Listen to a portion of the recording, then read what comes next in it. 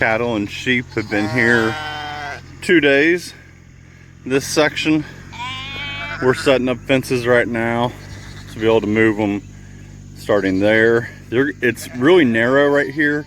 This is our third zigzag, if you will, on the way up the hill. It's kind of narrow. We're going to take them all the way back to that corner. It's only like 50 feet wide in most of that. Some spots it's a little narrower. So they're going to have like a longer, skinnier section here. And then once they're back there in the back, it'll open up quite a bit. Trying to pan around a little slower. But they're doing well. Automatic water's working great as long as we set it up correctly. And they're all looking good.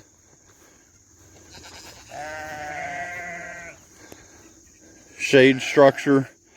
I've had to put some additional hardwood on the base because I should have never used the pine. It's just what I happened to have at the time. I didn't think anything about it. I thought, oh, that'd be fine. Problem is if it catches a rock or catches a high spot, the pine wasn't strong enough to kind of pull through. So I had to add some hardwood around the base of it. But it seems to be working really well since then. And then the fly trap up on top, we've got the fly zapper plus fly tape all up there together. It attracts a lot of flies. We catch a bunch of them.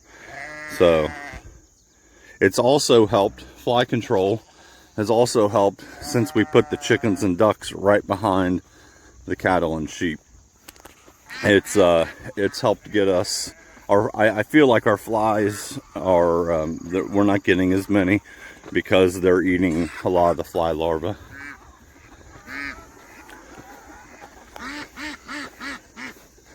One thing I'm going to hate about having the animals moved is that right now they're right next to the house. I can see them, and I can see them from the window while I'm working. So I'm going to hate that they're going to be moved, but they've got to be.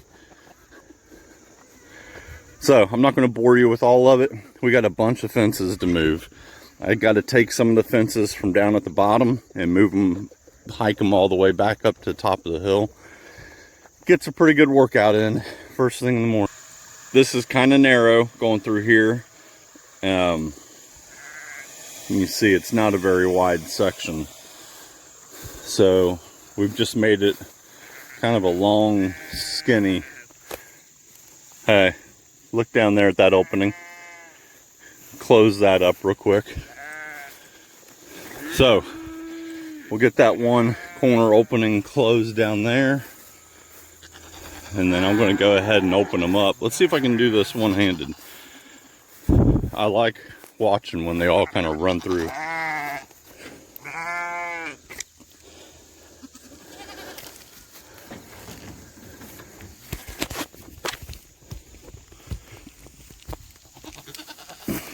Not the easiest to do one-handed.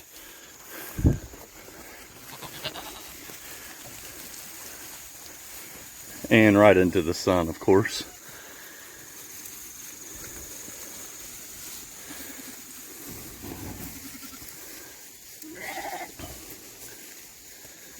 They've got their routine down. They know what they're doing. So now it's on us. What we're going to do is we're going to take a little mower tractor with it's got that 3-point hitch on it, which allows us to do this. We move that shelter and that shelter on over. We got the water already over there running, and once the shelters are good, we're set up.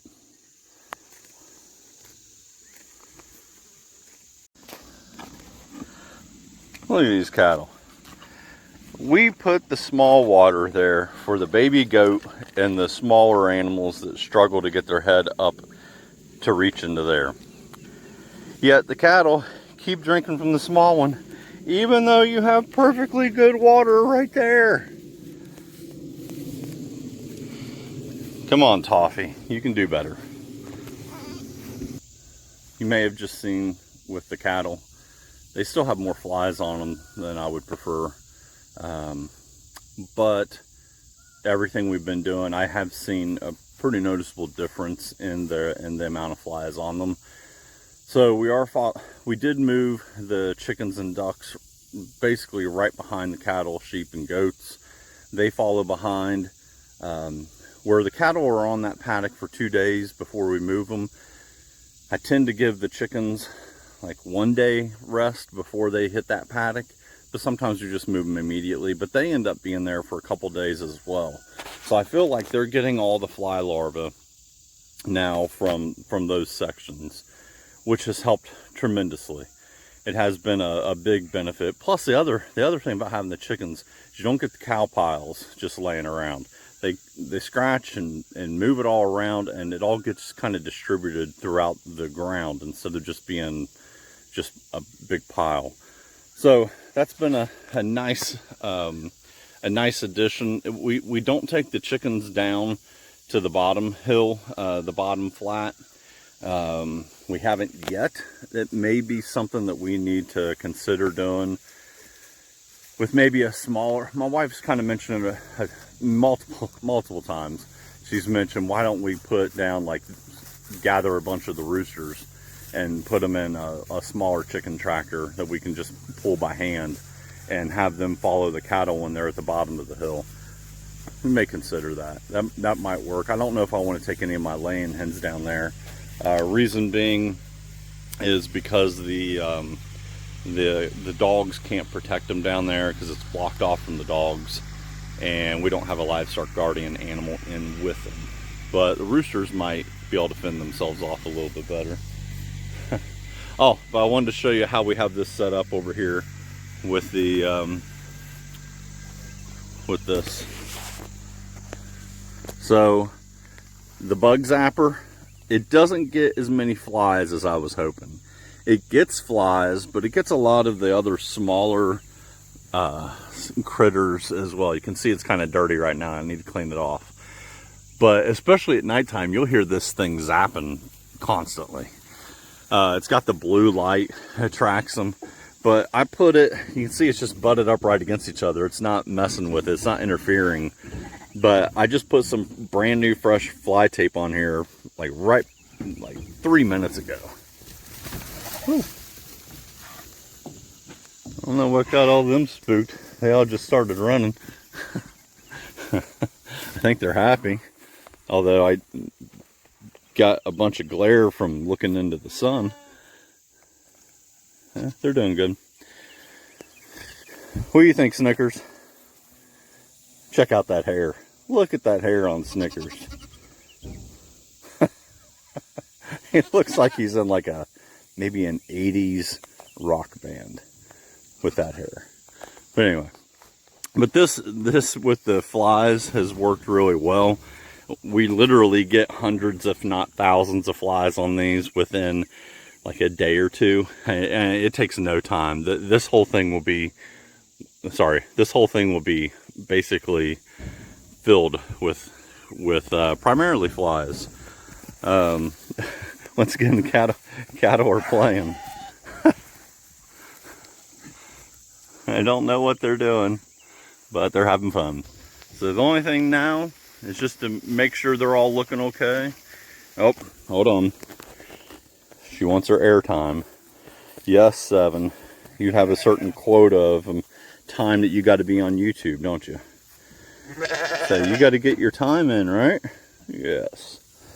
We don't know for sure because we bought her when she was like 7 months old. I never did ask. I'm kind of guessing she was a bottle lamb.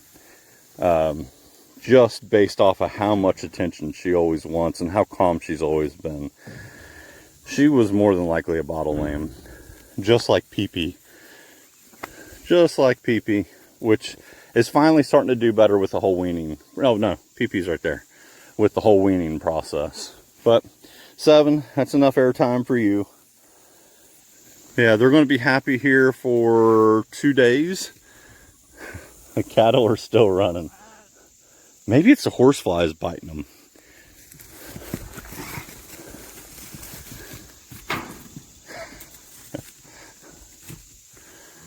The horseflies here lately have been awful.